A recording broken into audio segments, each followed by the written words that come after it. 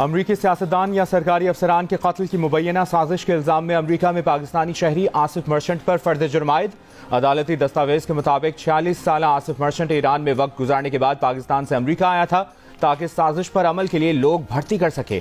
Asif merchant جن کرائے کے قاتلوں سے رابطے میں تھا وہ دراصل انڈرکور FBI اہلکار تھے۔ آصف مرچنٹ کو 12 جولائی کو اس وقت گرفتار کیا گیا جب وہ امریکہ سے جانے کی تیاری کر رہا تھا۔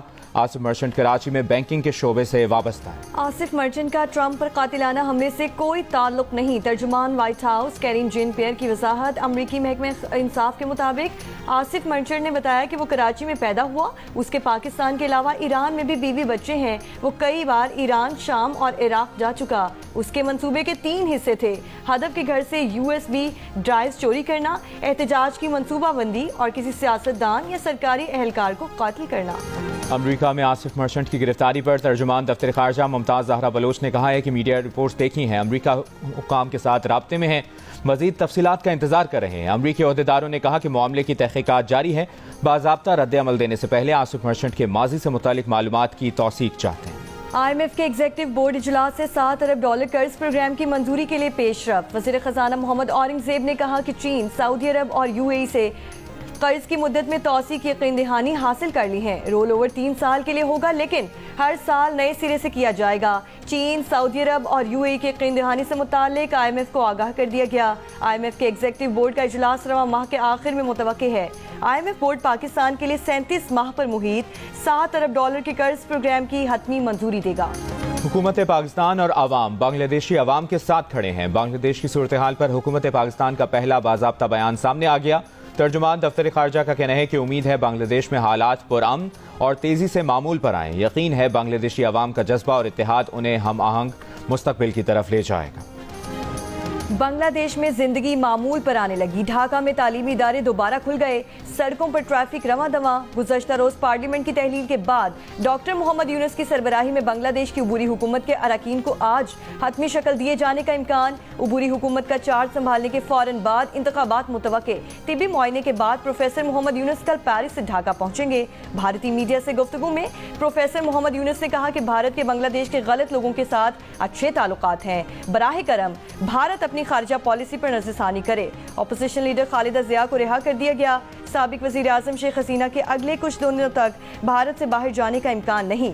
بنگلہ دیشی اخبار کی پرتشدد واقعات میں عوامی لیگ سے وابستہ 20 سے زائد افراد کی لاشیں ملنے کی تصدیق۔ بنگلہ دیش میں پرتشدد مظاہروں کے دوران 300 سے زائد افراد ہلاک ہوئے۔ شیخ حسینہ کے ملک سے فرار ہونے پر بنگلہ دیش کے موجودہ اور سابق فوجی افسران برہم۔ سابق فوجی افسران نے کہا کہ شیخ حسینہ کو محفوظ راستہ نہیں دینا چاہیے تھا، کہا یہ ایک حماقت ہے۔ غیر ملکی خبر ایجنسی کی بنگلہ دیش کی فوج کے حاضر اور ریٹائرڈ افسران سے بات چیت۔ فوجی اہلکار نے کہا کہ آرمی چیف فوجی افسران نے شیخ حسینہ کے ملک چھوڑنے سے 1 دن قبل میٹنگ کی۔ فوج نے طلبہ احتجاج کو دبانے کے لیے طاقت کے استعمال سے انکار کیا۔ شیخ حسینہ کے لیے پیغام واضح تھا، اب ان کو فوج کی حمایت حاصل نہیں رہی۔ مخصوص نشستوں سے متعلق سپریم کورٹ کا فیصلے پر الیکشن کمیشن کا نظر ثانی درخواست دائر کرنے کا فیصلہ۔ الیکشن کمیشن آج سپریم کورٹ کے فیصلے پر ریویو پٹیشن دائر کرے گا۔ بنگلہ دیش کے خلاف ٹیسٹ سیریز کے لیے 17 رکنی پاکستانی اسکواڈ کا اعلان۔ شان مسعود کپتان، سعود شکیل نائب کپتان مقرر۔ فاسٹ بولنگ میں شاہین شاہ آفریدی، نسیم شاہ، خرم شہزاد شامل۔ عامر جمال کی شرکت فٹنس سے مشروط۔ کامران غلام، محمد علی اور محمد حریرہ بھی اسکواڈ کا حصہ بن گئے۔ محمد رضوان اور سرفراز احمد وکٹ کیپر ہوں گے۔ کپتان شان مسعود کے ساتھ بابر اعظم، سعود شکیل، عبداللہ شفیق بھی 17 رکنی اسکواڈ میں شامل ہیں۔ بنگلہ دیش کے خلاف 2 ٹیسٹ میچز کی سیریز کا آغاز 21 اگست سے راولپنڈی میں ہوگا۔ اسلام آباد، راولپنڈی، سوابی، گجرات سمیت ملک کے مختلف حصوں میں بارش۔ واسا راولپنڈی ہائی الرٹ، رین ایمرجنسی نافذ۔ نکاسی آپ کے لیے ہیوی مشینری اور عملہ نشیبی علاقوں میں تعینات۔ شمال مشرقی بلوچستان میں مونسون بارشوں نے پھر سے تباہی مچا دی۔ زیارت، پشین اور قلعہ سیف اللہ میں فصلیں، باغات اور انفراسٹرکچر تباہ۔ کئی علاقوں میں پہاڑوں سے آنے والے ریلوں سے بڑے پیمانے پر نقصان۔ متاثرہ اضلاع میں طوفانی ہواؤں سے زرعی سولر پینلز اکھڑ گئے۔ زندرا اور مسلم باغ میں طوفانی بارش سے پانی بازار اور گھروں میں داخل۔ آبی ریلے میں کوئٹہ زیارت شاہراہ بہنے سے ٹریفک متاثر۔ N50 ہائی وے مسلم باغ سے نسائی تک کئی مقامات پر بہہ گئی۔ पुल बह जाने से ज़मीनी राब्ता मुनक़ता। महकमा मौसमियात के मुताबिक कराची समेत सिंध के साहिली इलाकों में मतला अबर आलूद रहने और हल्की बारिश की पेशगोई। बालाई पंजाब, खैबर पख्तूनख्वा, बलोचिस्तान, कश्मीर और गिलगित बल्तिस्तान में बारिश का इम्कान। हालिया बारिशों ने कराची के इंफ्रास्ट्रक्चर का पोल खोल दिया। शहर की मरकजी शाहराएं टूट फूट का शिकार, जगह जगह गड्ढे। सड़कों की टूट फूट से ट्रैफिक की रवानी मुतासिर। मेयर कराची मुर्तज़ा वहाब का कहना है कि सारा मलबा सिर्फ एक इदारे पर नहीं डाला जा सकता। शहर की बेहतरी के लिए सबको मिलकर काम करना होगा। जिसका जो काम है वो करना चाहिए। 2022 में होने वाली बारिश की निस्बत इस बार तबाही का तनासुब कम रहा। नालों की सफाई वक्त पर की गई। उन्होंने कहा कि सबसे पहले मसले का हल ढूंढना है। कराची में किसका क्या डोमेन है उसे मालूम होना चाहिए। कराची के इलाके सिंधी मुस्लिम सोसाइटी में मोटरसाइकिल सवार 2 मुल्जिमान शहरी से मुबैना तौर पर 1 करोड़ रुपए लूट कर फरार। फिरोजाबाद थाने में मुकदमा दर्ज। मुद्दई का कहना है कि वो बैंक से 1 करोड़ रुपए नकद लेकर निकला था। मोटरसाइकिल सवार 2 डाकू रकम छीन कर फरार हो गए। वज़ीर आला पंजाब मरियम नवाज का डाकुओं से मुकाबले में शहीद ASI नज़ीर को खिराज तहसीन। शहीद ASI नज़ीर की फैमिली का भरपूर साथ देने की यकीन बयान। इस्लामाबाद के शहरियों को आलमी मायार की तफरीही सहूलतों की फराहमी का प्लान। वज़ीर दाखिला मोहसिन नकवी ने चिड़ियाघर और सफारी पार्क प्रोजेक्ट की उसूली मंजूरी दे दी। चिड़ियाघर और सफारी पार्क का संगे बुनियाद अक्टूबर में रखा जाएगा। वज़ीर दाखिला की ज़ेर सदारत CDA हेडक्वार्टर में इजलास में फैसला। 200 एकड़ पर चिड़ियाघर और सफारी पार्क में 5000 जानवर परिंदे रखे जाएंगे। वज़ीर नारकोटिक्स शर्जील इनाम मेमन की ज़ेर सदारत हाई पावर्ड कमेटी का पहला इजलास में वफाकी और सूबाई इदारों के दरमियान इंटेलिजेंस शेयरिंग का फैसला। मनशियात के आदी अफराद की बहाली के बराकिज़ में इजाफे का भी फैसला किया गया। शर्जील मेमन ने कहा कि सूरत हाल तशवीशनाक होती जा रही है। सबको संजीदगी के साथ काम करने की ज़रूरत है।